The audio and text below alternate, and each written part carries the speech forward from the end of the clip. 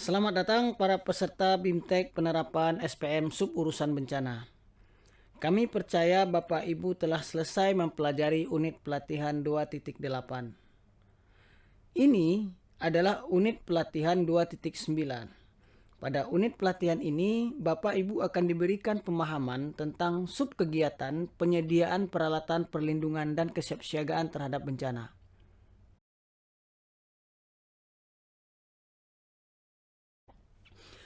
Unit pelatihan ini memiliki 4 tujuan yang akan dicapai setelah Bapak Ibu mengikutinya.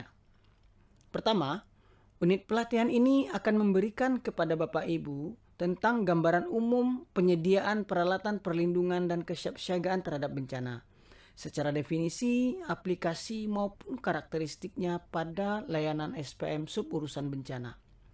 Yang kedua, unit pelatihan ini akan memberikan Bapak Ibu pemahaman tentang komponen dan target capaian dalam penyediaan peralatan perlindungan dan kesiapsiagaan terhadap bencana. Ketiga, unit pelatihan ini juga akan memberikan Bapak Ibu pemahaman tentang apa saja mutu layanan yang harus dipenuhi dalam penyediaan peralatan perlindungan dan kesiapsiagaan terhadap bencana. Terakhir, unit pelatihan ini juga akan memberikan pemahaman tentang kerangka penganggaran dalam penyediaan peralatan perlindungan dan kesiapsiagaan terhadap bencana. Setelah Bapak Ibu mengikuti unit pelatihan ini, kami harap Bapak Ibu telah dapat menyusun kerangka acuan kerja dan rencana anggaran biaya untuk penyediaan peralatan perlindungan dan kesiapsiagaan terhadap bencana. Apa itu peralatan perlindungan dan kesiapsiagaan bencana? Peralatan perlindungan dan kesiapsiagaan bencana adalah segala bentuk alat yang dapat digunakan untuk membantu manusia dalam melindungi dirinya sebagai antisipasi terhadap kejadian bencana yang akan maupun sedang terjadi. Jadi Bapak Ibu sekalian, warga negara di kawasan rawan bencana memiliki hak untuk memperoleh segala bentuk peralatan yang dipergunakan untuk mengantisipasi dan melindungi dirinya dari ancaman bencana yang ada.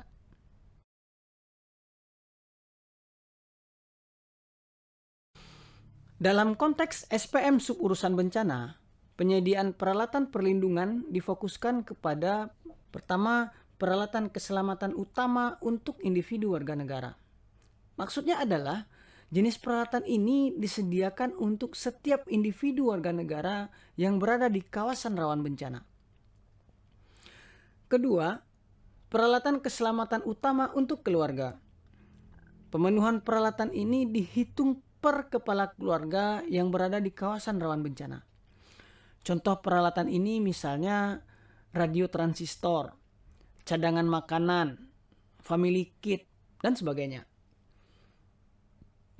Ketiga, peralatan keselamatan utama untuk petugas. Jenis peralatan ini merupakan kelengkapan standar keselamatan petugas pada saat melaksanakan operasi tangkap darurat bencana. Seperti misalnya pelindung kepala, pelindung mata, jas hujan, dan sebagainya.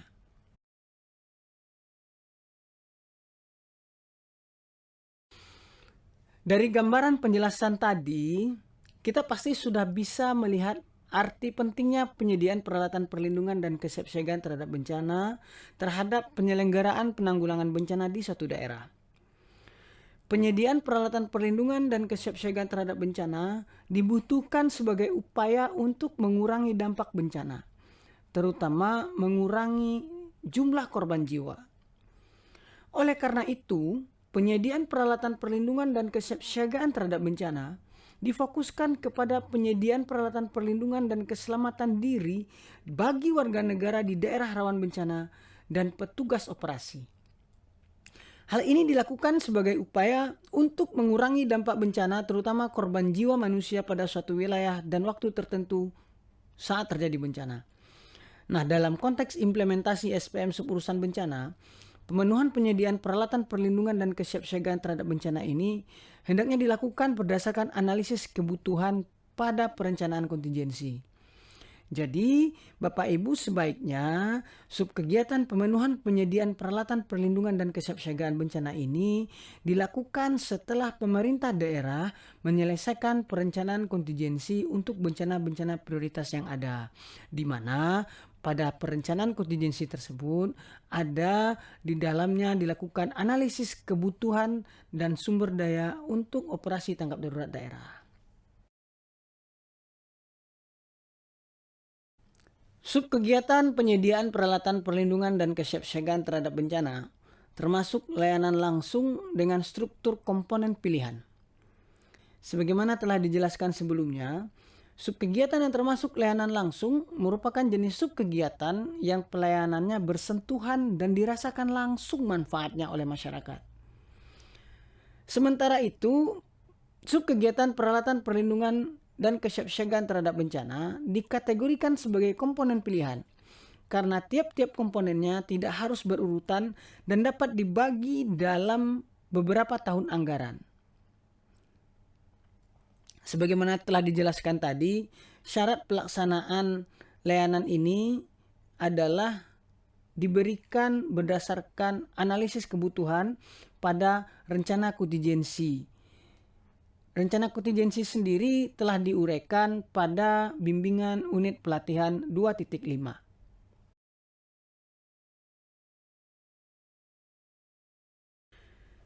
Sasaran pemenuhan SPM untuk subkegiatan penyediaan peralatan perlindungan dan kesiapsiagaan terhadap bencana adalah tersedianya peralatan perlindungan terhadap bencana. Sedangkan indikator pemenuhan SPM untuk subkegiatan ini adalah terpenuhinya persentase jumlah warga negara yang mendapat peralatan perlindungan. Jadi, untuk menilai ketercapaian sasaran subkegiatan ini dapat kita lihat dari seberapa banyak jumlah warga negara di kawasan rawan bencana yang telah memperoleh peralatan perlindungan.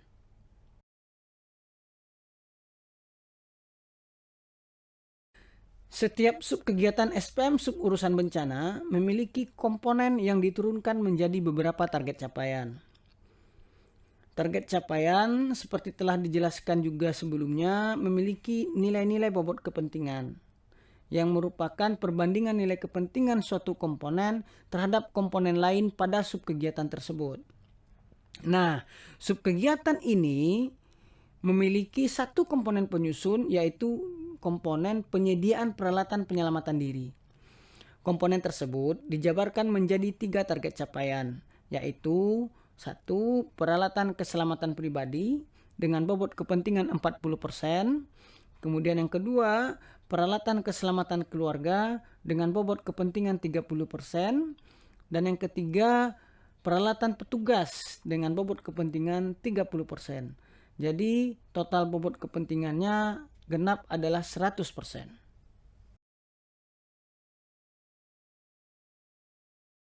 Setiap target capaian memiliki beberapa mutu layanan yang merupakan kualitas minimum yang harus dimiliki. Setiap mutu layanan memiliki bobot. Total bobot mutu layanan ini menggambarkan prosentase keterpenuhan mutu dari target capaian tersebut. Jadi nilai bobot ini nantinya akan berguna untuk menilai ketercapaian komponen penyusun subkegiatan tersebut. Nilai maksimum jumlah bobot mutu layanan ini adalah sama dengan nilai maksimum bobot kepentingan pada target capaian komponennya. Dengan demikian idealnya capaian mutu layanan tersebut bernilai 100% jika nilai total bobot mutu yang dicapai sama dengan nilai bobot kepentingannya. Subkegiatan penyediaan peralatan perlindungan dan kesiapsiagaan terhadap bencana memiliki 3 target capaian yang masing-masing memiliki kualitas minimum yang harus dicapai, yaitu peralatan keselamatan pribadi, peralatan keselamatan keluarga, dan ketiga peralatan petugas.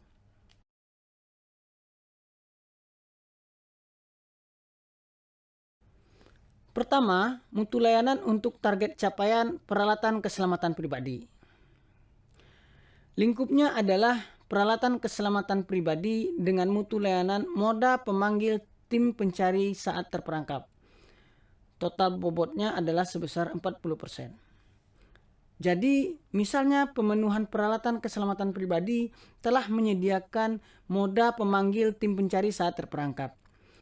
Maka itu artinya bobot mutu layanannya telah terpenuhi sebanyak 40%. Kedua, mutu layanan untuk target capaian peralatan keselamatan keluarga. Target capaian ini terdiri atas satu lingkup dan 7 poin mutu layanan sebagaimana tabel yang Bapak Ibu saksikan saat ini. Setiap poin mutu layanan memiliki bobot mutu layanannya masing-masing. Persentase keterpenuhan mutu layanan untuk target capaian ini dapat dilihat berdasarkan jumlah bobot dari mutu layanan yang terpenuhi. Jadi, jika misalnya peralatan keselamatan keluarga dipenuhi adalah radio transistor, maka itu artinya mutu layanan telah terpenuhi sebanyak 6%. Demikian juga dengan mutu layanan lainnya. Jumlah mutu layanan yang tercapai akan menjadi nilai bobot mutu layanan untuk target capaian ini.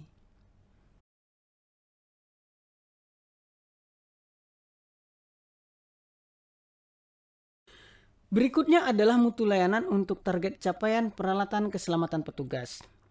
Target capaian ini terdiri atas satu lingkup dan 7 poin mutu layanan, sebagaimana tabel yang sedang Bapak Ibu lihat saat ini, yaitu pelindung kepala dan pelindung mata dengan bobot mutu layanan masing-masing sebanyak 5%, kemudian pelindung tangan, pelindung kaki, pelampung, alat penerangan, jas hujan dengan bobot mutu layanan masing-masing sebanyak 4%.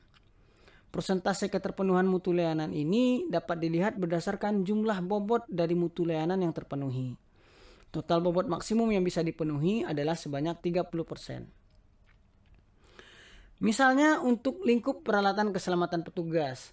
Jika peralatan keselamatan petugas yang terpenuhi adalah dalam bentuk pelindung kepala, berarti mutu layanannya telah terpenuhi sebanyak 5%. Demikian juga jika kita ingin menentukan bobot mutu layanan yang lainnya. Jumlah mutu layanan yang tercapai akan menjadi nilai bobot mutu layanan untuk target capaian ini. Dengan memperhatikan komponen, target capaian, dan mutu layanannya, maka terlihat beberapa kerangka anggaran yang dibutuhkan dalam penerapan subkegiatan ini. Kerangka penganggaran ini dapat membantu Bapak Ibu dalam menyusun kerangka acuan kerja dan rencana anggaran biaya untuk pelaksanaan penyediaan peralatan perlindungan dan kesiapsiagaan terhadap bencana. Tabel kerangka penganggaran dapat dilihat pada modul instrumen kebijakan penerapan SPM suburusan bencana pada halaman 373. Nah, kerangka penganggaran ini dapat disesuaikan dengan kondisi dan standar biaya yang berlaku di daerah Bapak Ibu.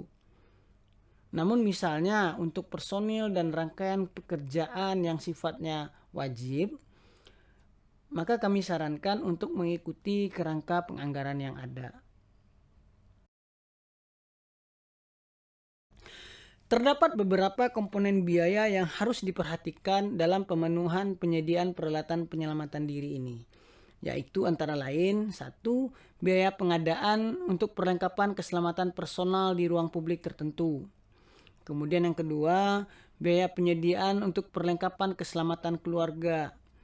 Dan terakhir yang ketiga, biaya penyediaan perlengkapan keselamatan petugas operasi tanggap darurat, yaitu antara lain untuk pelindung kepala, pelindung mata, pelindung tangan, pelindung kaki, pelampung, alat penerangan, raincoat atau jas hujan, dan lain-lain sebagainya.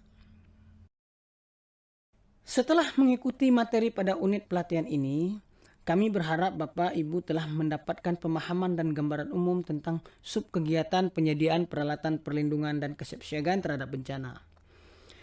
Bapak Ibu juga diharapkan telah mengetahui komponen dan target capaian pada subkegiatan ini.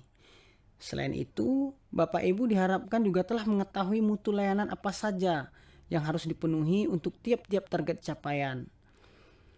Dan setelah mengikuti unit pelatihan ini, Bapak Ibu diharapkan telah mampu menyusun kerangka penganggaran untuk subkegiatan penyediaan peralatan perlindungan dan kesiapsiagaan terhadap bencana. Bapak Ibu sekalian, kita telah hampir memasuki akhir sesi pada unit pelatihan ini. Bapak Ibu telah memasuki tahap akhir. Sebagaimana biasa, pada akhir sesi ini kami telah menyediakan kuis untuk mengkonfirmasi pengetahuan baru yang telah Bapak Ibu peroleh dari unit pelatihan ini. Setelah Bapak Ibu berhasil menyelesaikan kuis, Bapak Ibu juga diwajibkan untuk menyelesaikan latihan mandiri. Pada latihan mandiri, disajikan seperangkat data untuk menyusun rencana anggaran biaya dengan menggunakan tabel kerangka penganggaran yang telah disediakan. Kami berharap Bapak Ibu dapat menyelesaikan kuis dan latihan mandiri ini dengan baik, sehingga Bapak Ibu dapat melanjutkan ke unit pelatihan 2.10. Kami berharap agar BIMTEK ini dapat memberikan keterampilan baru bagi Bapak Ibu dalam merencanakan, melaksanakan, maupun mengevaluasi penerapan SPM suburusan bencana di daerah Bapak Ibu sekalian. Terima kasih Bapak Ibu telah mengikuti unit pelatihan 2.9. Sampai jumpa lagi pada unit pelatihan 2.10.